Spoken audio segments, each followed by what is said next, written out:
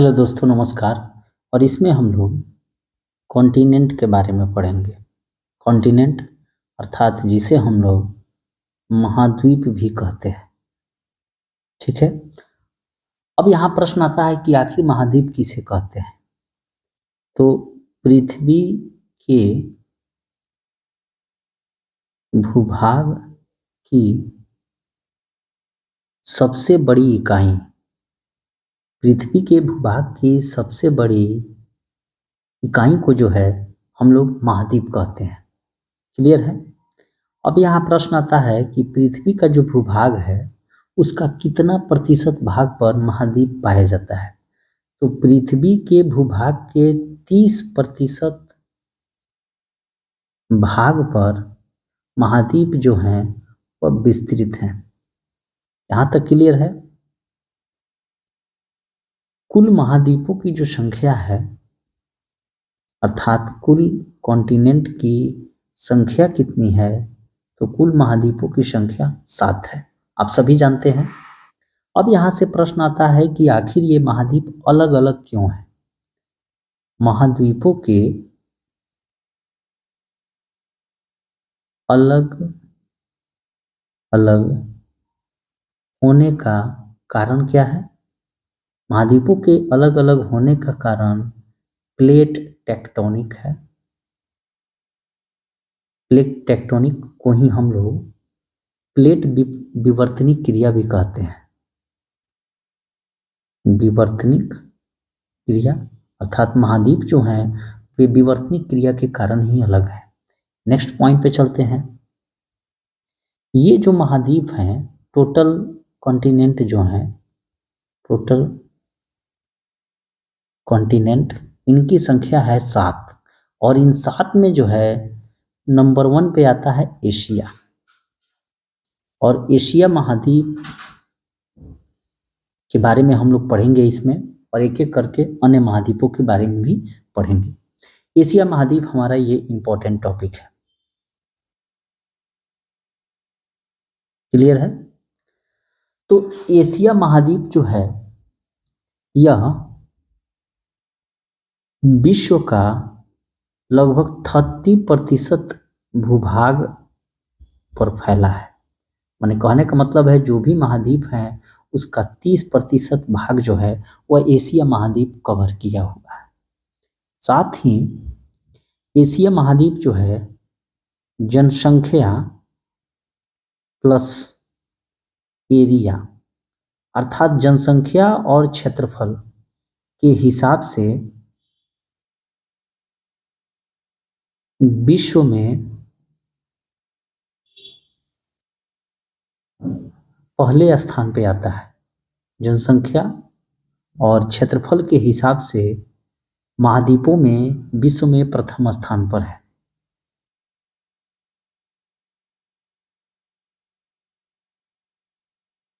प्रथम स्थान पे है अर्थात जनसंख्या में भी ये सबसे ज़्यादा बड़ा महाद्वीप है और क्षेत्रफल में भी सबसे बड़ा महाद्वीप जो है एशिया ही है। और विश्व के 30% भाग पर फैला हुआ है। यहाँ जो एशिया जो शब्द है यह हिब्रू भाषा के आशु शब्द से बना है। अर्थात एशिया जो है इसको आशु शब्द से बना है। किस भाषा के? हिब्रू भाषा के। और आशु शब्द का क्या अर्थ होता है? उदित सूर्य, उदित उगता हुआ सूर्य। अब यहां से प्रश्न आता है कि एशिया जो महाद्वीप है इससे होकर कितने अक्षांशीय वृत्त गुजरते हैं। एशिया महाद्वीप से, एशिया के बारे में ही हम लोग पढ़ रहे हैं, एशिया के बारे में। तो इस महाद्वीप से कितने अक्षांशीय वृत्त गुजरते हैं? तो 3 अक्षांशीय वृत्त गुजरते हैं। कौन कौन है? पहला है विषुवत वृत्त,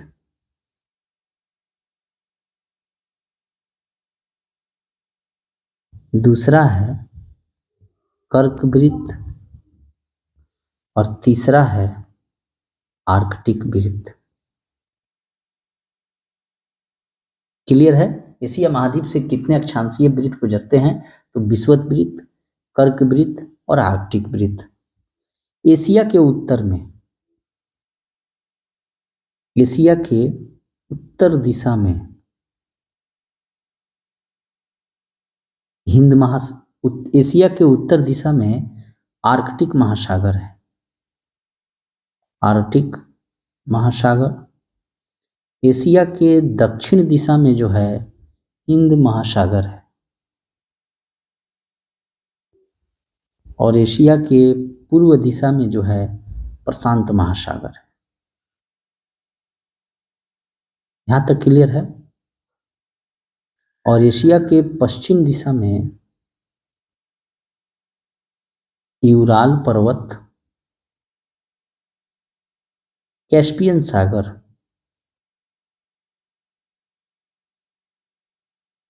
काला सागर, भूमध्य सागर,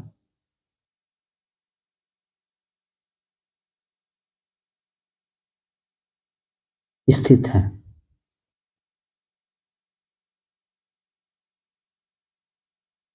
दो प्रश्न यहां से और इंपॉर्टेंट हो जाते हैं कि एशिया को अफ्रीका से अलग करता है। एशिया को अफ्रीका से अलग करता है और साथ ही एशिया को उत्तरी अमेरिका से अलग करता है। ये दो प्रश्न हैं। एशिया को अफ्रीका से अलग करता है लाल सागर और स्वेज नहर। लाल सागर प्लस स्वेज नहर, स्वेज कैनाल एशिया को अफ्रीका से अलग करता है और एशिया को उत्तरी अमेरिका से बेरिंग जल संधि अलग करता है। ये दोनों प्रश्न काफी इंपॉर्टेंट है। बेरिंग जल संधि, यहां से ये प्रश्न आएगा कि बेरिंग जल संधि जो है वो किसको अलग करता है?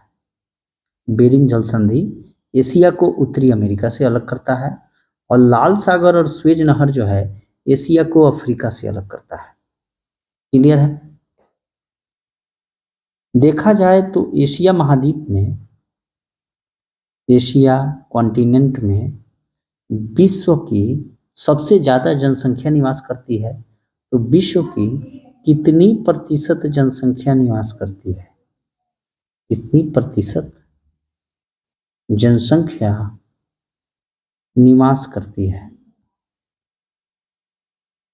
तो एशिया महाद्वीप में विश्व की 60% जो है जनसंख्या निवास करती है और इस प्रकार सर्वाधिक जनसंख्या वाला कॉन्टिनेंट यानी कि महाद्वीप जो है वह एशिया महाद्वीप ही है। Asia continent. यहां तक क्लियर है? नेक्स्ट पॉइंट पे हम लोग चलते हैं। एशिया महाद्वीप में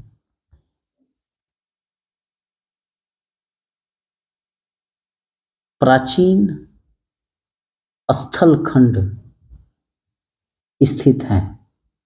एशिया महाद्वीप में प्राचीन स्थल खंड जो हैं स्थित हैं। तो कौन कौन है? तो ऐसे स्थल खंडों की जो संख्या है वो दो है।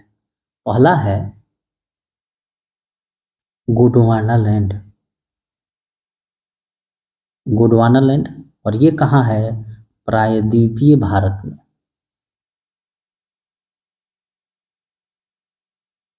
और दूसरा जो एशिया महाद्वीप में प्राचीन स्थल खंड है उसका नाम है अंगारा लैंड।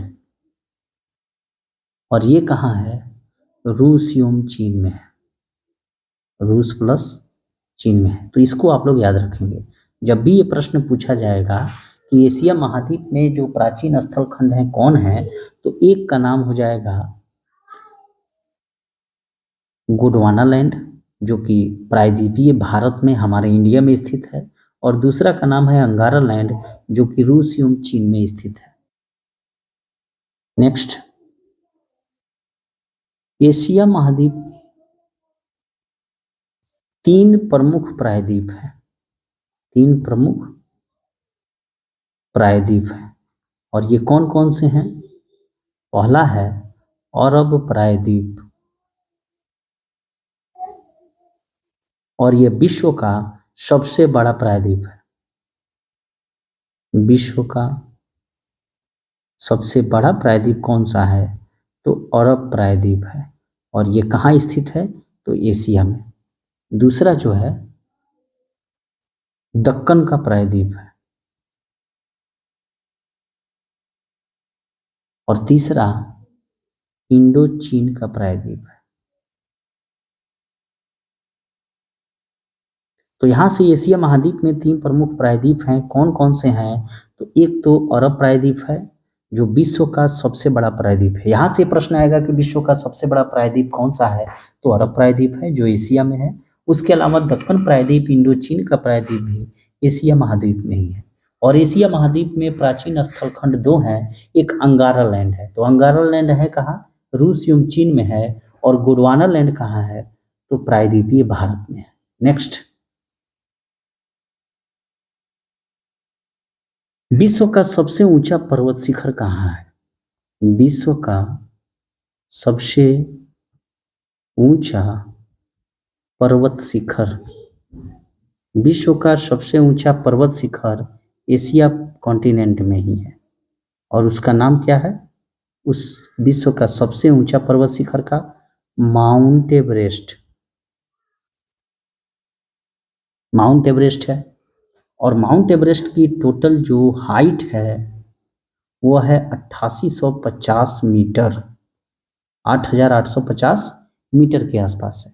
और ये किस देश में स्थित है? तो ये माउंट एवरेस्ट नेपाल में स्थित है, और नेपाल में इसको नाम से अदर नेम इसका क्या है? सागर माथा, सागर माथा के नाम से भी जाना जाता है। नेक्स्ट, विश्व का सबसे ऊंचा पठार कौन सा है? विश्व का सबसे ऊंचा पठार, तो विश्व का सबसे ऊंचा पठार जो है वो है पामीर का पठार, पामीर का पठार। और इसकी पामीर की पठार की जो ऊंचाई है वो है 4875 मीटर के आसपास है। और इसी कारण जो है पामीर के पठार को रूफ ऑफ द वर्ल्ड कहा जाता है, रूफ ऑफ द वर्ल्ड, अर्थात विश्व की छत, विश्व की छत कहा जाता है। काफी इंपॉर्टेंट प्रश्न है, अगर ये पूछा जाएगा कि विश्व का सबसे ऊंचा पठार कौन सा है, तो पामीर का पठार है। इसकी ऊंचाई कितनी है? 4875 मीटर, और इसे रूफ ऑफ द वर्ल्ड कहा जाता है, अर्थात विश्व की छत कहा जाता है। अगर यहां से ये प्रश्न पूछेगा कि विश्व का सर्वाधिक विस्तृत पठार कौन सा है, सर्वाधिक विस्तृत अर्थात फैला हुआ विस्तृत पठार कौन सा है, तो इसका उत्तर होगा तिब्बत का पठार, तिब्बत का पठार। और ये कहाँ तिब्बत का पठार है? मध्य एशिया में, मिडिल एशिया में। और ये जो है लगभग 2 लाख वर्ग किलोमीटर क्षेत्र में फैला हुआ है। तो यहाँ से इन चीजों को आप लोग याद रखेंगे। नेक्स्ट,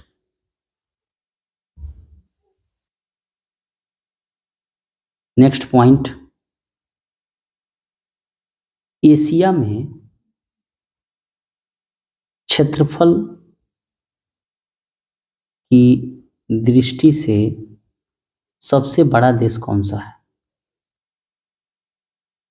एशिया में क्षेत्रफल की दृष्टि से सबसे बड़ा देश जो है वो चीन है, और साथ ही जनसंख्या की दृष्टि से भी, जनसंख्या की दृष्टि से भी सबसे बड़ा देश जो है वो चीन है एशिया में। और ये हो गया, एशिया में जनसंख्या की दृष्टि से सबसे बड़ा देश चीन है, और एशिया में क्षेत्रफल की दृष्टि से सबसे बड़ा देश भी चीन ही है। लेकिन अगर ये पूछा जाए कि विश्व में 3 प्रश्न है यहाँ पे, जनसंख्या की दृष्टि से सबसे बड़ा देश जो है कौन-सा है? चीन है। अर्थात विश्व में जनसंख्या की दृष्टि से सबसे बड़ा देश चीन, एशिया में जनसंख्या की दृष्टि से सबसे बड़ा देश चीन और एशिया में क्षेत्रफल के हिसाब से सबसे बड़ा देश जो है चीन ही है। अगर ये प्रश्न पूछा जाए कि एशिया में क्षेत्रफल के हिसाब से सबसे छोटा देश कौन-सा है? सबसे छोटा देश जो है उसका नाम है मालदीव। और मालदीव है क्षेत्रफल के हिसाब से तो सबसे छोटा देश है ही, साथ ही एशिया में जनसंख्या के हिसाब से भी जनसंख्या के हिसाब से भी सबसे छोटा देश जो है मालदीव है। तो ये काफ़ी इंपॉर्टेंट प्रश्न है, ध्यान रखिएगा। एशिया में क्षेत्रफल और जनसंख्या दोनों के हिसाब से सबसे छोटा देश जो है मालदीव ही है। और एशिया में क्षेत्रफल की दृष्टि से सबसे बड़ा देश चीन, एशिया में जनसंख्या की दृष्टि से और साथ ही विश्व में भी जनसंख्या की दृष्टि से सबसे बड़ा देश जो है चीन है। अगर ये प्रश्न पूछा जाए कि विश्व का सर्वाधिक जनघनत्व वाला देश कौन सा है? विश्व का सबसे ज्यादा जनघनत्व वाला देश कौन सा है? तो वो है सिंगापुर। सिंगापुर विश्व का सर्वाधिक जनसंख्या घनत्व वाला देश कौन सा है? तो सिंगापुर है। और सिंगापुर कहाँ है? एशिया कॉन्टिनेंट में ही है। नेक्स्ट, ध्यान रहे हम लोग एशिया कॉन्टिनेंट के बारे में पढ़ रहे हैं, तो यहाँ पर लैंड लॉक्ड जो कंट्री हैं उसके बारे में हम लोग देखेंगे कि एशिया के स्थल रुद्ध, स्थल रुद्ध का मतलब क्या होता है कि जिसकी सीमा जो है, जिस देश की सीमा ओशियन को नहीं छूती, समुद्र को, समुद्र से नहीं लगी हो, उसे ही हम लोग नहीं लगी हो स्थल रुद्ध देश कहते हैं। तो ऐसे देश कौन कौन से हैं जिसकी सीमा जो है समुद्र से नहीं लगती, और एशिया के स्थल रुद्ध देश कौन से हैं? तो पहले स्थान पे आता है, उसका नाम है कजाकिस्तान। कजाकिस्तान, तो कजाकिस्तान जो है एक प्रकार का लैंड लॉक्ड देश है, और साथ ही यह एशिया का सबसे बड़ा लैंड लॉक्ड देश है। एशिया का सबसे बड़ा स्थल रुद्ध देश है। प्रश्न ये आएगा, बार बार पूछा भी जाता है कि एशिया का सबसे बड़ा स्थल रुद्ध देश कौन सा है? तो कजाकिस्तान है। अगर ये प्रश्न आए कि एशिया का दूसरा सबसे बड़ा दूसरा सबसे बड़ा स्थल रुद्ध देश कौन सा है? तो वो है मंगोलिया। कौन देश है? मंगोलिया। साथ ही तीसरा स्थल रुद्ध देश है जिसका नाम है लाओस, और लाओस जो है दक्षिण पूर्व एशिया का एकमात्र स्थल रुद्ध देश है।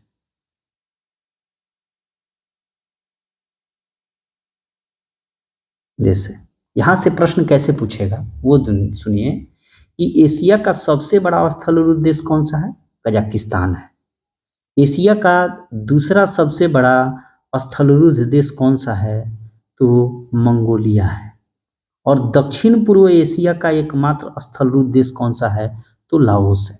ऐसे प्रश्न को पूछेगा। और लाओस जो है यह पूर्व में, यानी कि पहले फ्रांसीसी उपनिवेश था। किसका था? फ्रांसीसियों का।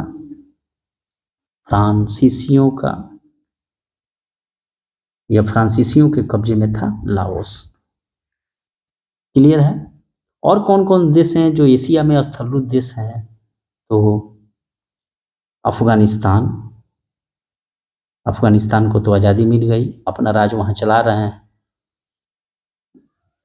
नेपाल, हमारा बिहार का पड़ोसी राज्य। आपको कमेंट करना है कि नेपाल की सीमा से किन किन मैंने कहने का मतलब है कि भारत के किन राज्यों की सीमा नेपाल से लगी हुई है, इस चीज को आप लोग कमेंट कीजिए। साथ ही भूटान, भूटान जो है विश्व का सबसे पहला धूम्रपान रहित देश है।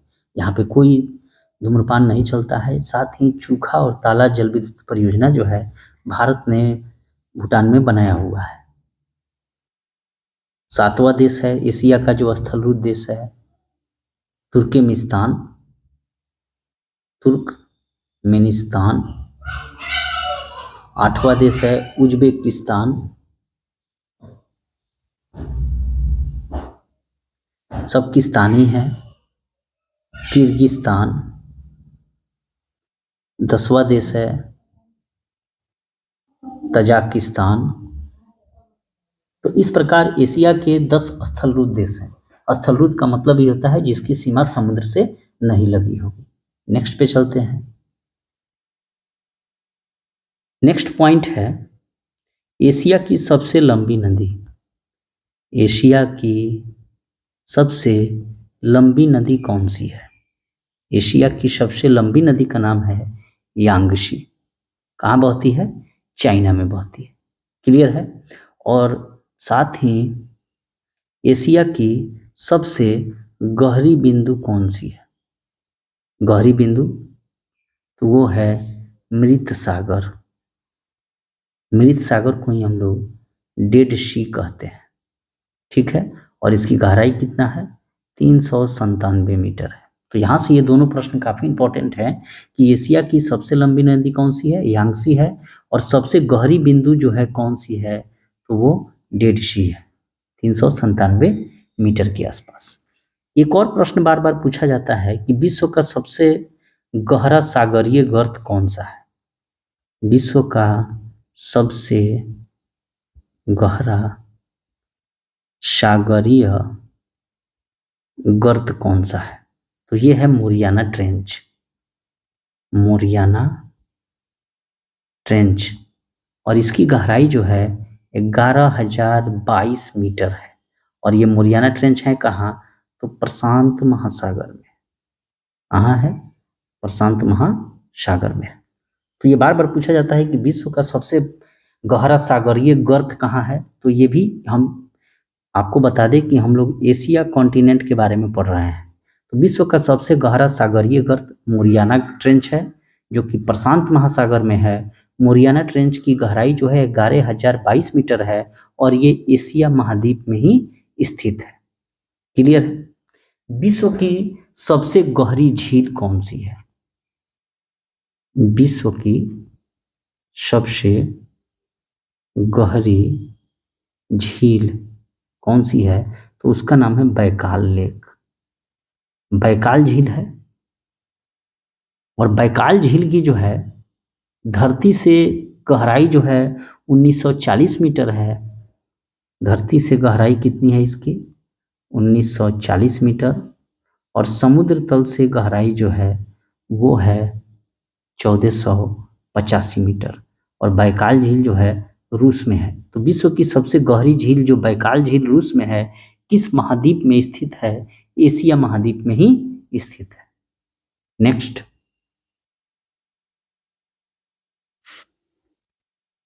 विश्व की सबसे बड़ी झील कौन सी है? अभी तक तो हमने गहरी झील के बारे में पढ़ा, बैकाल झील है। तो उसी प्रकार विश्व की सबसे बड़ी झील कौन सी है? विश्व की सबसे बड़ी झील आंतरिक भाग में, समुद्र का नहीं हो रहा है यहाँ पर। तो विश्व की सबसे बड़ी झील जो है आंतरिक भाग में, उसका नाम है कैस्पियन सागर। कैस्पियन सागर। और इसकी गहराई जो है 3,71,800 किलोमीटर क्षेत्रफल में विस्तृत है। और ये भी कहाँ है? एशिया कॉन्टिनेंट में ही है। मैं आपको क्लियर कर दूं कि एशिया महाद्वीप के बारे में ही हम लोग पढ़ रहे हैं। ये कैस्पियन सागर जो है ये कहाँ स्थित है? साइबेरिया में। ये दोनों है साइबेरिया में स्थित है। और साइबेरिया कहाँ है? तो रूस का जो एशियाई भाग है वहीं पर साइबेरिया है। रूस के एशियाई भाग को ही साइबेरिया कहते हैं और वहीं पर इसी साइबेरिया में जो है कैस्पियन सागर और प्लस में बैकाल झील स्थित है।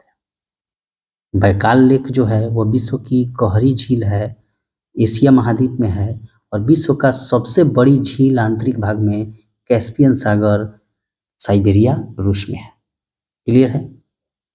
एक और प्रश्न बार बार पूछा जाता है पैंगोंग झील के बारे में, जिस पर भारत और चाइना का विवाद भी है। विश्व की सबसे अधिक ऊंचाई पर, विश्व की सबसे अधिक ऊंचाई पर स्थित खारे पानी, याद रखना है खारा, खारे पानी की झील कौन सी है जो एशिया में है? तो इसका नाम है पैगोंग झील, पैंगोंग झील। और इसकी जो ऊंचाई है 4,267 मीटर ऊंचा है यह। और पैंगोंग झील है कहाँ? तो लद्दाख एवं तिब्बत के बीच स्थित है। क्लियर है। प्रश्न पूछा जाएगा कि विश्व की सबसे अधिक ऊंचाई पर स्थित झील कौन सी है, सॉरी, विश्व की सबसे अधिक ऊंचाई पर स्थित खारे पानी की झील कौन सी है? तो इसका उत्तर होगा पैंगोंग झील। कहाँ है? लद्दाख एवं तिब्बत में है और इसकी जो ऊंचाई है 4,267 मीटर ऊंचा है। नेक्स्ट, विश्व की सबसे ऊंची रेलवे लाइन का निर्माण कहाँ हुआ है? विश्व की, करंट का ये प्रश्न है, बदल जाएगा, ध्यान रखना है। विश्व की सबसे ऊंची रेलवे लाइन, मुझे लगता है भारत में ही हम ना ले लें तो चीन में किया गया है। और चीन में कहाँ किया गया है? चीन के छिंगहाई प्रांत से शुरू होकर तिब्बत के लहासा तक ये गया है और इसकी कुल ऊंचाई जो है 5,072 मीटर के आसपास है। एक और प्रश्न, आप जानते हैं कि श्रीलंका जो है वो एशिया का ही देश है, तो श्रीलंका की सबसे लंबी नदी कौन है? श्रीलंका की सबसे लंबी नदी का क्या नाम है? श्रीलंका की सबसे लंबी नदी का क्या नाम है? महावेली गंगा, महावेली गंगा है। आपको कमेंट करना है कि भारत की सबसे लंबी नदी कौन सी है? भारत की सबसे लंबी नदी कौन सी है? कमेंट कीजिए। नेक्स्ट पे चलते हैं। विश्व का सबसे लंबा रेलवे प्लेटफॉर्म, विश्व का सबसे लंबा रेलवे प्लेटफॉर्म, विश्व का सबसे लंबा रेलवे प्लेटफॉर्म जो है वो कर्नाटक का हुबली हो गया है। पहले गोरखपुर था, कर्नाटक का हुबली, और लगभग 1.5 किलोमीटर के आसपास ये हो गया है। सबसे पहले विश्व का सबसे लंबा रेलवे प्लेटफॉर्म खड़गपुर हुआ करता था, खड़गपुर। उसके बाद स्थान आया गोरखपुर का, जीकेपी। अब आ गया है कर्नाटक का हुबली का, 1.5 किलोमीटर के आसपास। नेक्स्ट पॉइंट पे चलते हैं। विश्व का सबसे ज्यादा मछली पकड़ने वाले देश का क्या नाम है? विश्व का सर्वाधिक मछली पकड़ने वाला देश, विश्व का सर्वाधिक मछली पकड़ने वाले देश का क्या नाम है? तो चीन है। और प्रथम स्थान पर चीन है और दूसरा स्थान पर जापान है। साथ ही एशिया में सबसे ज्यादा जलयान बनाने वाला देश, जलयान का मतलब होता है पनिया जहाज, तो जलयान बनाने वाला सबसे ज्यादा देश जो है, जलयान जो बनाता है, जापान है। नेक्स्ट, विश्व का सर्वाधिक डाकघर कहाँ है? इंडिया में है और इंडिया ने लॉन्च ही कर दिया है IPPB, India post payment bank. विश्व का सर्वाधिक समाचार पत्र पढ़ने वाला देश कौन सा है? विश्व का सर्वाधिक समाचार पत्र पढ़ने वाले देश का क्या नाम है? हांगकांग है। किंग कॉन्ग का भाई हांगकांग। तो विश्व का सर्वाधिक समाचार पत्र पढ़ने वाला देश का नाम हांगकांग है। विश्व का सर्वाधिक डाकघर इंडिया में है।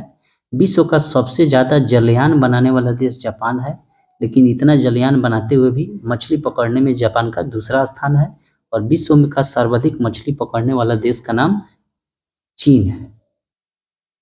नेक्स्ट पॉइंट पे हम लोग चलते हैं। महासागर, महासागर में गिरने वाली एशिया की नदियां, इसको याद कर लीजिएगा लोग, काफी इंपॉर्टेंट है। महासागर में गिरने वाली एशिया की नदियां, तो हम लोग दो टाइप से इसको पढ़ेंगे। एक तो पढ़ लेते हैं कि प्रशांत महासागर में कौन कौन सी, महासागर में कौन कौन सी नदियां गिरती है, और उसके अलावा आर्कटिक महासागर में कौन कौन सी नदियां गिरती है। तो प्रशांत महासागर में जो नदियां गिरती है उनका नाम है अमूर, चिकियांग, अमूर, शिकियांग, यांगशी, यांगटी शिकियांग, इसी को यांगसी कहते हैं, जो एशिया की सबसे बड़ी नदी है। और साथ में हांगहो, जिसे चीन का शुक भी कहा जाता है। तो आमूर, सिकियांग, यांगटी सिकियांग और हांगहो जो है वह प्रशांत महासागर में गिरने वाली नदियां हैं। कहाँ की? एशिया की। अब आते हैं कि आर्कटिक महासागर में कौन कौन सी नदियां जो हैं एशिया की जो हैं वो गिरती हैं। तो इसका नाम है लीना, ओबे और एनेशी। लीना, ओबे और एनेशी, ये जो हैं आर्कटिक महासागर में गिरती हैं। लेकिन इन जो नदियों का मुहाना है वह शीत ऋतु में जम जाता है। शीत ऋतु में क्या हो जाता है? जम जाता है, अर्थात बर्फ बन जाता है। तो ये काफी इंपॉर्टेंट है। अगर ये प्रश्न पूछा जाए कि एशिया की निम्न नदियों में से कौन सी नदी किस महासागर में गिरती है, तो लीना नदी, ओबे नदी, एनेसी नदी किस महासागर में गिरती है? तो आर्कटिक महासागर में गिरती है। हालांकि इनका जो मुहाना है वह शीत ऋतु में क्या हो जाता है? जम जाता है। और एशिया महाद्वीप की कौन सी नदियां प्रशांत महासागर में गिरती है? तो आमूर है, सिकियांग है, यांगटी सिकियांग है, हांगहो नदियां जो है प्रशांत महासागर में गिरती है। हांगो नदी को पीली नदी भी कहते हैं, चीन का शोक भी इसे कहा जाता है। आपको कमेंट करना है कि बिहार का शोक किसे कहा जाता है। बिहार का शोक, शोक किस नदी को कहा जाता है? किस नदी को कहा जाता है? नेक्स्ट, एक और इंपॉर्टेंट प्रश्न है। भूमध्य सागरीय जलवायु के बारे में आपने सुना होगा। भूमध्य सागरीय जलवायु, ये उस प्रकार की जलवायु होते हैं जहाँ पे सघन वन नहीं पाए जाते हैं, घने वन नहीं पाए जाते हैं, और यहाँ पर साइट्रस प्रकार के फल मिलते हैं, जैसे नींबू, संतरा, अंगूर वगैरह। तो भूमध्य सागरीय जलवायु वाले देश जो एशिया महाद्वीप में स्थित है कौन कौन से हैं? काफी इंपॉर्टेंट है यह। भूमध्य सागरीय जलवायु वाले देश जो एशिया महाद्वीप में स्थित हैं उनका क्या क्या नाम है? Cyprus, Jordan, Cyprus, Jordan, Turkey यानी कि तुर्की, अब तुर्की ये नाम हो गया है उसका, तुर्की या इजराइल। इजराइल ने तो आपको वो सीढ़ीनुमा खेत यानी कि वर्टिकल खेती का भी शुरुआत कर दिया है, लेबनान। तो ये जो 5 देश हैं काफ़ी इंपॉर्टेंट हैं। साइप्रस, जॉर्डन, टर्की, इजराइल और लेबनान जो हैं वो एशिया महाद्वीप में स्थित हैं और भूमध्य सागरीय जलवायु वाले देश हैं। अर्थात यहाँ पर आपको खट्टे फल काफ़ी पाए जाएंगे। क्लियर है? नेक्स्ट, एशिया का सबसे घना बसा द्वीप कौन सा है? एशिया का सबसे घना बसा द्वीप कौन सा है? एशिया का सबसे घना बसा द्वीप जो है उसका नाम है जावा। जावा कहाँ है? इंडोनेशिया में। जावा कहाँ है? काफी इंपॉर्टेंट प्रश्न है। एशिया का सबसे घना बसा देश कौन सा है? तो जावा है, और जावा है कहाँ? इंडोनेशिया में। नेक्स्ट, सर्वाधिक जूट उत्पादक देश एरिया में कौन सा है? एशिया में सर्वाधिक अर्थात सबसे ज्यादा जूट एवं गन्ना उत्पादक देश कौन सा है? उसका नाम है बांग्लादेश। बांग्लादेश हमारा ही देश था और इसको अंग्रेजों ने अलग किया, फिर इंदिरा गांधी ने भी इसको अलग कर दिया। तो एशिया में सर्वाधिक जूट उत्पादक जो देश है वो कौन सा है? तो एशिया में सर्वाधिक जूट उत्पादक देश जो है उसका नाम है बांग्लादेश। बांग्लादेश है, शेख हसीना वाला। और दूसरा प्रश्न था कि एशिया में सबसे ज्यादा गन्ना उत्पादक देश कौन सा है? तो भारत है, हमारा प्यारा भारत। इन चीजों को आप लोग याद रखेंगे। नेक्स्ट, एशिया में सर्वाधिक जल विद्युत का विकास, जल विद्युत का विकास किस देश में हुआ है? किस देश में हुआ है? अर्थात एशिया में सर्वाधिक हाइडल पावर जो है, हाइडल इलेक्ट्रिक पावर का डेवलपमेंट कौन से कंट्री ने किया है? तो उसका नाम है जापान। और ज से जापान, तो ज से सबसे ज्यादा जलयान भी बनाता है और मछली पकड़ने में ये दूसरे स्थान पर आता है। नेक्स्ट, एशिया का सबसे बड़ा रेल मार्ग कौन सा है? बहुत बार ये पूछा जाता है प्रश्न। एशिया का सबसे बड़ा रेल मार्ग कौन सा है? एशिया का सबसे बड़ा रेल मार्ग जो है वो है ट्रांस साइबेरियन रेल मार्ग। और इसकी कुल लंबाई कितनी है? 9,438 किलोमीटर है। एशिया का सबसे बड़ा रेल मार्ग कौन सा है? ट्रांस साइबेरियन रेल मार्ग है। 9,438 किलोमीटर इसकी लंबाई है। और ये जाती कहाँ कहाँ से है? तो लेनिनग्राड से व्लादिवोस्टॉक तक जाता है, रूस में है। नेक्स्ट, एशिया की सबसे लंबी रेल सुरंग कौन सी है? एशिया की सबसे लंबी रेल सुरंग कौन सी है? तो उसका नाम है सिकन। और सिकन रेल सुरंग है कहाँ? SEIKAN, सिकन रेल सुरंग। और ये जापान में है, जो कि 53.85 किलोमीटर लंबी है। एशिया का सबसे बड़ा रबर उत्पादक देश कौन सा है? एशिया का सबसे बड़ा, एशिया का सबसे बड़ा, एशिया का सबसे बड़ा रबर उत्पादक देश कौन सा है? एशिया का सबसे बड़ा रबर उत्पादक देश जो है उसका नाम है थाईलैंड, मलेशिया और इंडोनेशिया। भारत भी रबर उत्पादन करता है। और ये लोग जो है थाईलैंड और मलेशिया, इंडोनेशिया, ये रबर उत्पादक के साथ साथ रबर का सबसे बड़ा निर्यातक देश भी है। क्लियर है? रबर जो है लेटेक्स से प्राप्त किया जाता है। यहाँ से एक प्रश्न और पूछा जाता है कि रबर जो है वो किस जलवायु की फसल है? रबर किस जलवायु की फसल है? काफी ये इंपॉर्टेंट प्रश्न है। तो रबर उष्णकटिबंधीय, उष्णकटिबंधीय जलवायु की फसल है। क्लियर है? इसको आप लोग ध्यान रखेंगे। नेक्स्ट,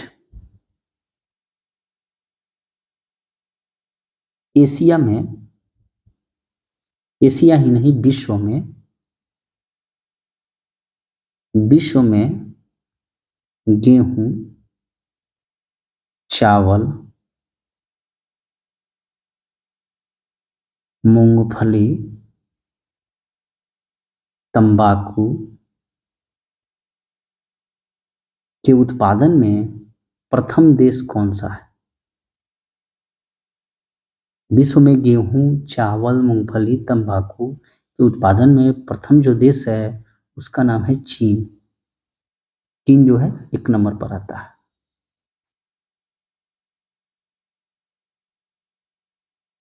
एक और प्रश्न जो है रेशम से संबंधित है।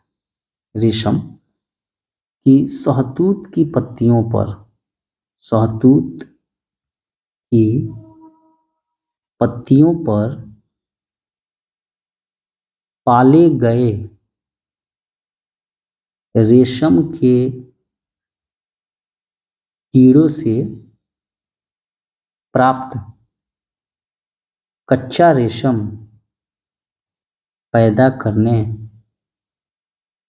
में विश्व में प्रथम स्थान किस देश का है? जो शहतूत की पत्तियों पर, रेशम के कीड़े को कहाँ पाला जाता है? शहतूत की पत्तियों पर पाला जाता है। ये भी यहाँ से एक प्रश्न बन सकता है कि शहतूत की पत्तियों पर रेशम के कीड़ों का पालन किया जाता है। तो शहतूत की पत्तियों पर पाले गए रेशम के कीड़ों से प्राप्त कच्चा रेशम पैदा करने में विश्व में प्रथम स्थान किस देश का है? तो जापान का है। क्लियर है? विश्व में सबसे बड़ा प्राकृतिक रबर उत्पादित करने वाला देश थाईलैंड है। नेक्स्ट, एशिया का सबसे बड़ा टीन उत्पादक देश कौन सा है? एशिया का सबसे बड़ा टीन उत्पादक देश जो है वो है मलेशिया।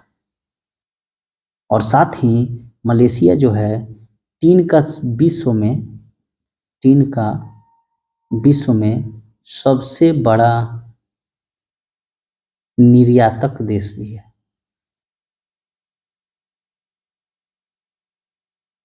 और टीन की यहाँ जो खान है मलेशिया में उसका क्या नाम है? इपोह। इपोह खान जो है मलेशिया की, वह उसी से टीन का उत्पादन जो है बहुत ज़्यादा होता है। तो मलेशिया की जो इपोह खान है, अगर ये प्रश्न आएगा कि इपोह खान कहाँ है तो मलेशिया में किस चीज़ की खान है तो टीन का खान है। और इस प्रकार एशिया का सबसे बड़ा टीन उत्पादक देश जो है कौन सा है? मलेशिया है। और साथ ही विश्व में टीन का सबसे बड़ा निर्यातक देश भी मलेशिया है। और इपोह खान जिसे किंता केलांग घाटी भी कहा जाता है, किंता केलांग घाटी। एशिया का सबसे गर्म स्थान, एशिया का सबसे गर्म स्थान एवं ठंडा स्थान कौन सा है? एशिया का सबसे गर्म स्थान जो है मोहेनजोदड़ो है। मोहेनजोदड़ो वही सिंधु घाटी सभ्यता वाला, और ये कहाँ है? पाकिस्तान में है। और सबसे जो ठंडा स्थान है वो है बरखो ब्यांस। सबसे ठंडा स्थान बरखो ब्यांस है।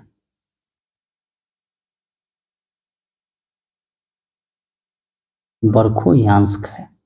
और ये कहाँ है? साइबेरिया, रूस में। और यहाँ का जो तापमान है वह कभी कभी 53 यहाँ का जो तापमान है बरखो ब्यांस का वो पहुँच जाता है -69 डिग्री C। और बरखो ब्यांस को ही पृथ्वी का शीत ध्रुव भी कहते हैं। पृथ्वी का शीत ध्रुव किसे कहा जाता है? शीत ध्रुव कहते हैं। पृथ्वी का शीत ध्रुव बर्खोबयांश को कहते हैं, जो एशिया का सबसे ठंडा स्थान है।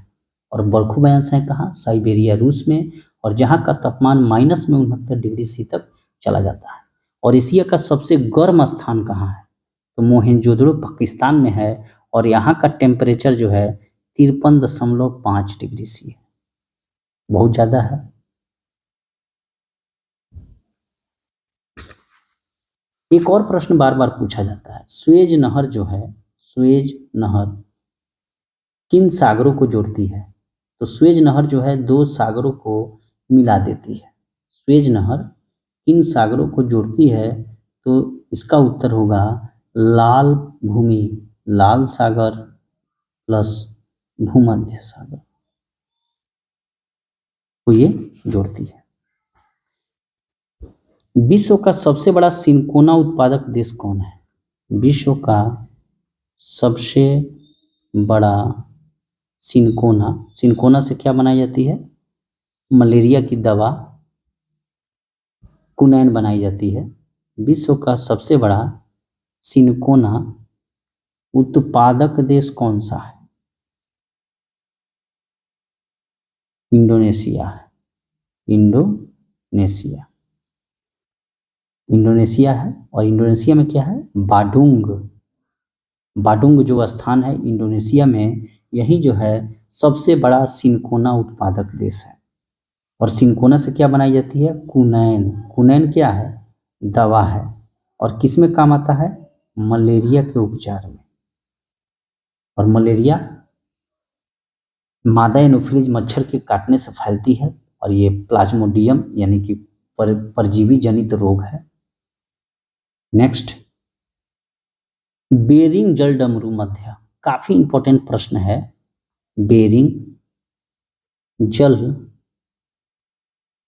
डमरू मध्य, बेरिंग जल डमरू मध्य किसको किसको जोड़ता है? तो बेरिंग जल डमरू मध्य जो है वो आर्कटिक प्लस प्रशांत महासागर को जोड़ता है। ये बहुत फंसता है।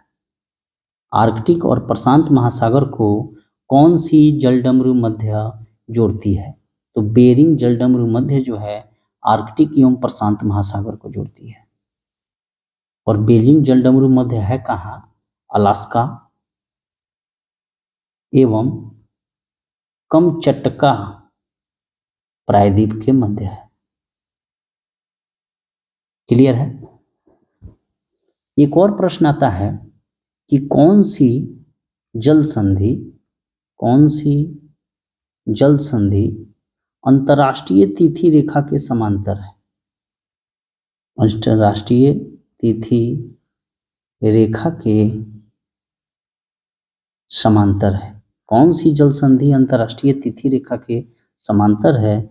इसका उत्तर होगा बेरिंग जल संधि।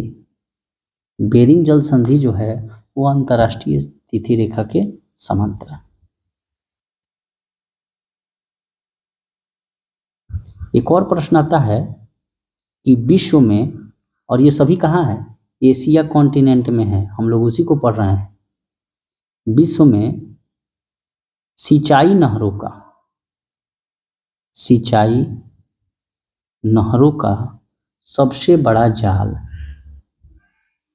विश्व में सिंचाई नहरों का सबसे बड़ा जाल जो है वो किस देश में है? पाकिस्तान में। कहाँ? पाकिस्तान में।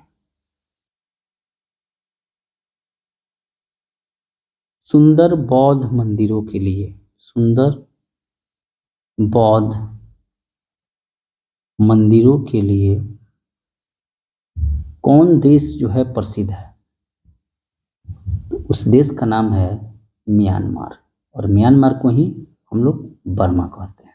और ये भारत शासन अधिनियम 1935 के तहत जो है 1937 में भारत से अलग कर दिया गया था। और यहीं पर रंगून जो इरावदी नदी के किनारे स्थित है। नेक्स्ट पॉइंट पे हम लोग चलते हैं। एशिया महाद्वीप में ही स्वर्णिम त्रिभुज के अंतर्गत कौन कौन से देश आते हैं? काफी इंपॉर्टेंट ये प्रश्न है, इसको ध्यान से देखिएगा। तो लाओस, लाओस, थाईलैंड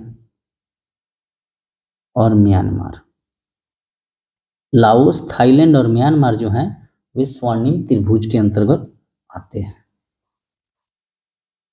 इसके अलावा कुछ इंपॉर्टेंट प्रश्न और भी है, जैसे कि जापान का जो शहर है नागासाकी, जापान का नागासाकी, यहीं पर 9 अगस्त को परमाणु बम अमेरिका के द्वारा गिराया गया था। तो जापान का शहर जो है नागासाकी, ये किस द्वीप पर स्थित है? जापान का शहर नागासाकी जो है किस द्वीप पर स्थित है? तो इसका उत्तर होगा क्यूशू द्वीप। क्यूशू द्वीप पर यह स्थित है। और जापान के लोग जो हैं चाय का एक विशेष उत्सव मनाते हैं। जापान के लोग, जापान में एक चाय उत्सव होता है। जापान में चाय उत्सव का नाम क्या है? और वहाँ के लोग चाय पीने में मास्टर हैं।